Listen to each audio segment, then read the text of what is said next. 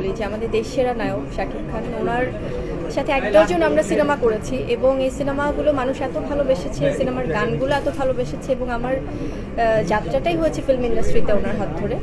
তো ভবিষ্যতে আসলে দর্শকদের যেহেতু এত চাহিদা এবং তারা চায় সবসময় ডিফারেন্টভাবে যদি আবার এই জুটিকে দেখতে পারে তারা, তো অবশ্যই যদি পরিচালক প্রযোজক চায় অবশ্যই হবে কাজ, কারণ আমরা সবাই তো প্রফেশনালি কাজ করছি। সো ইনশাআল্লাহ দেখা যাক সামনে।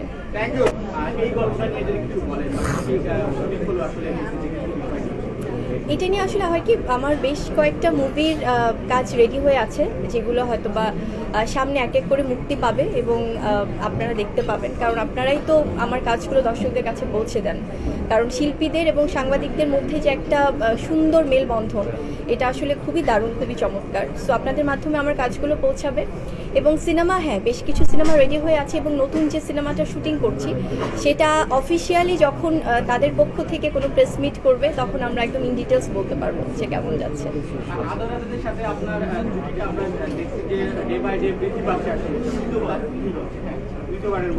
সেক্ষেত্রে কেমন সম্ভাবনা দেখছেন? আপনি অনেকদিন ধরে ইন্ডাস্ট্রিতে আছেন, আমাদের বলা হয় যে নায়ক সংকট, অনেক বলা হয় নায়িকাও সংকট, সেক্ষেত্রে আপনার আদালতের কাজ যে বাইরে পাঠ, এখানে কেমন সম্ভাবনা দেখছেন? এটা আসলে পরিচালক প্রযোজকদের উপর নির্ভর করে, তারা যখনই কোনো ভালো গল্প তাদের উপর আসলে ডিপেন্ড করে তারা কাস্টিং কিভাবে চুজ করবে। তো সেভাবেই যখন আমার সাথে অন্য অনেক হিরোদের সাথে যখন তারা মনে হচ্ছে যে গল্পে এভাবে যাবে, এই কাস্টিং যাবে, তখনই তারা চুজ করছে। তো এভাবে আসলে অনেকের সাথেই কাজ হচ্ছে এবং আমি তো বরাবরই বলেছি যে একজন শিল্পী হিসেবে আমি সবার সাথেই কাজ করতে চাই এবং সেটাই হচ্ছে। সো জুটি হিসেবে আমার কাছে মনে হয় যে এটা দর্শকদের উপর ডিপেন্ড করবে তারা কিভাবে অ্যাকসেপ্ট করছে কাকে। তো বরাবরই আসলে অভিজ্ঞতা ভালো যাদের সাথেই কাজ হচ্ছে এখন। শোনা যাচ্ছে যে পিজি হয়তো ঈদে আসতে পারে, আসলে কি ঈদে আসবে কিনা কেউ জানেন? এটা আসলে প্রোডাকশন হাউসের উপর নির্ভর করবে, কারণ আমরা তো অনেক সময় অনেক অ্যানাউন্সমেন্ট শুনতে পাই, অনেক প্ল্যানিং থাকে। তো এটা তাদের উপর ফাইনালি ডিপেন্ড করবে তারা ঈদে আসবে নাকি কোনো একটা উৎসবে আসবে নাকি কিভাবে আসবে। সো আমরা তো অ্যাজ এন আর্টিস্ট হয়তো আমরা জানি যে আমাদের শুটিংটা প্রপারলি শেষ করতে হবে। তো মুক্তির বিষয়টা সম্পূর্ণ পরিচালক প্রযোজকদের উপর। সর্বশেষ গুগলিকে প্রহেলিকা সিনেমাতে যেভাবে চয়নিকা চৌধুরী উপস্থাপন করেছিল, আর সেখান থেকে দর্শকের আলাদা একটা আগ্রহ তৈরি হয়েছে তার অভিনয়ের সত্তাটাকে নিয়ে। এই ধরনের ক্যারেক্টার বা ওই ধরনের বুদ্ধির ওই প্রহেলিকা সিনেমাকে ছাড়িয়ে যাওয়ার কবে আসছে, সামনে কবে দেখতে পাই? হয় কি, আসলে প্রত্যেকটা চরিত্রতেও আলাদা আলাদা, কোনোটার সাথে কোনোটার মিল নেই। তবে আমি কিছুদিন আগেও বলছিলাম একটা গণমাধ্যমে যে আমি এখন খুবই চুজি আসলে কাজের ব্যাপারে। আছে না অনেক সময় হয়তো বা র্যান্ডম অনেকের, যেমন আলহামদুলিল্লাহ যে যারা এই পরিচালক প্রযোজকরা আছে তারা আসলে যে কোনো গল্প হলে তারা চিন্তা করে যে গুগলিকে বা কাস্ট করা যায় কিনা বা ওনাকে আমরা চাই এই সিনেমাতে।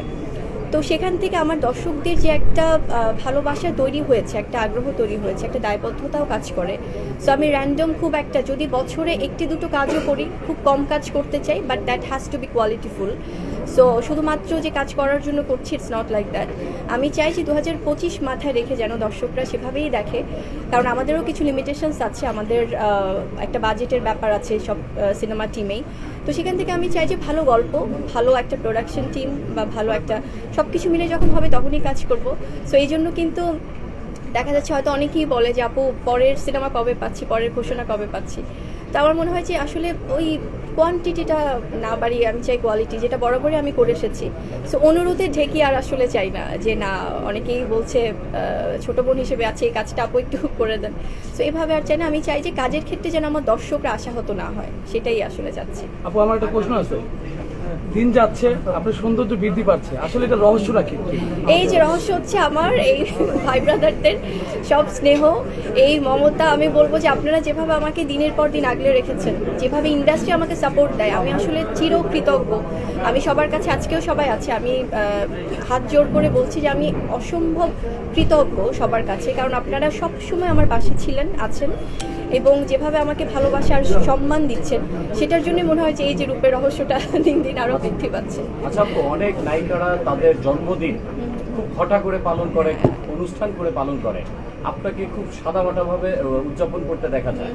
তো আপনি কেন, কি কারণে আপনি ছোট পরিসরে করেন? খুব সুন্দর প্রশ্ন করেছেন ভাই। আমি বরাবরই আসলে কখনোই জন্মদিন খুব ঘটা করে পালন করা হয় না, একদমই হয়তো ঘরোয়াভাবে, হয়তো বাবা মার সাথে বা আমার ছেলের সাথে বা একদমই নিজেদের মতো করে পালন করি।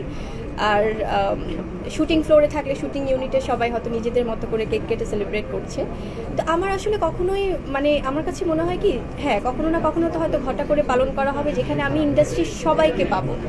তো আছে না অনেক সময় সবাইকে হয়তো একসাথে করতে পারছি কিনা, বা কেউ মন খারাপ করছে কিনা, কেউ থাকতে পারছে কেউ পারছে না, অনেকে হয়তো ব্যস্ত, বা তো ওইসব কারণে আসলে আমার কাছে মনে হয় যেদিন সবাইকে একসাথে করতে পারবো তখন হয়তো ওরকম করে প্ল্যান করব। আর জন্মদিন মানেই তো আসলে হয় যে একটা বছর চলে গেল জীবন থেকে, সো এটাকে খুব বেশি ঘটা করে সেলিব্রেট করাটা আমার কাছে একটু কেমন মনে হয়। সো ইনশাল্লাহ হয়তো কখনো না কখনো ঘটা করে পালন করা হবে। জন্মদিনে আপনার সবচেয়ে শ্রেষ্ঠ উপহার কি ছিল?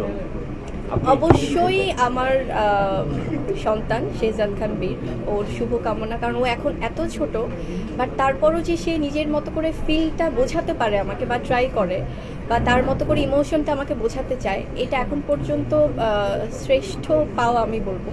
আর এছাড়াও আমার জন্মদিনে যেভাবে আমার শুভাকাঙ্ক্ষী বা আমার চলচ্চিত্র পরিচালক, প্রযোজক, আমার সহশিল্পী, আপনারা সাংবাদিকরা যেভাবে আমাকে ভালোবাসা দেন, এর থেকে আসলে বেশি পাওয়া আমার মনে হয় যে এই জীবনে আর দরকার নেই। আচ্ছা আপু, দরজ সিনেমা বীরকে নিয়ে কি দেখা হয়েছে কিনা, বা আপনার এটা নিয়ে কি মন্তব্য, বা বীর কি বলেছে? বীর তো এখন অনেক ছোট, ও তো আসলে সিনেমা দেখে সেটা নিজের মতো করে মানে জানানো বা প্রকাশ করা এখনো ওভাবে বোঝে না। তো হয়তো বড় হলে অবশ্যই দেখবে বাবার সিনেমা। ঈদের সিনেমা দেখা হয়েছে না আপনার?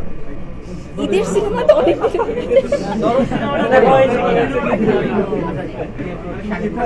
ঈদের আমেজ তৈরি হয় সেজন্য ও আচ্ছা।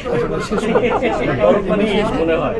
আমাদের কিন্তু আরো সেগমেন্ট আছে, আমরা দাদা আপনার কাছে যদি একটু জানতে আপনি বরাবরই তো বন্ধুদের সাথে উপবিশ্বাস অনেক কাজ করেছেন লং টাইম, আপনি কিন্তু প্রথমবার কাজ করছেন, এই সম্পর্কে আসলে রসায়নটা কিভাবে হয় আপনার? দাদার সাথে আমি অনেক বছর ধরে কাজ করছি। এটা আসলে যারা, আমি একটু আগে বললাম, যারা একটু লক্ষ্য করবে তারা দেখবে একদমই আমরা সেই অনেক বড় বড় ব্র্যান্ডের শ্যুট থেকে শুরু করে অনেক শ্যুট আমরা করেছি।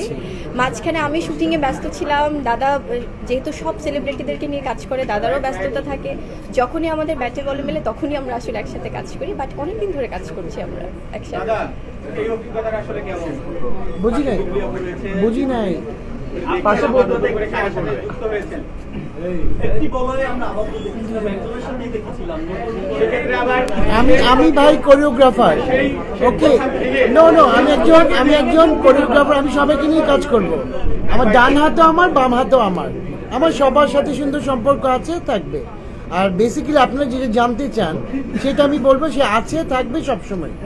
আমার তার জন্য আমার সারা শুভকামনা, এবং আমার তার জন্য সারা জীবন দরজা খোলা।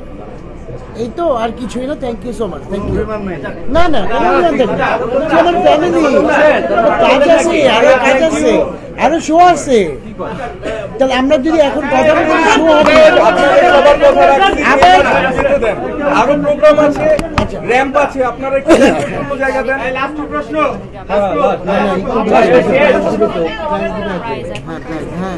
আচ্ছা লাস্ট প্রশ্ন আপু, লাস্ট প্রশ্ন বলেন। হ্যাঁ বলেন। ইভান ভাই, ইভান ভাই